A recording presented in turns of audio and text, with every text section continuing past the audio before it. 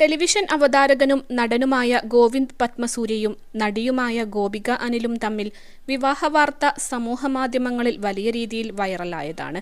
വിവാഹത്തിന് മുന്നോടിയായി നടന്ന ചടങ്ങുകളുടെയും വിവാഹദിനത്തിലെയും റിസപ്ഷന്റെയും എല്ലാം വീഡിയോസ് സമൂഹമാധ്യമങ്ങളിൽ വൈറലായിരുന്നു. വിവാഹം കഴിഞ്ഞ് ഇരുവരും കൂടി നേപ്പാളിൽ ഹണിമൂൺ ആഘോഷിക്കാനും പോയി. ക്ഷേത്രങ്ങളുടെ നാടായ നേപ്പാളിൽ നിന്ന് കാസിനോയുടെ നാടായ മക്കാവോയിലേക്ക് ഒരു ചെറിയ മാറ്റം.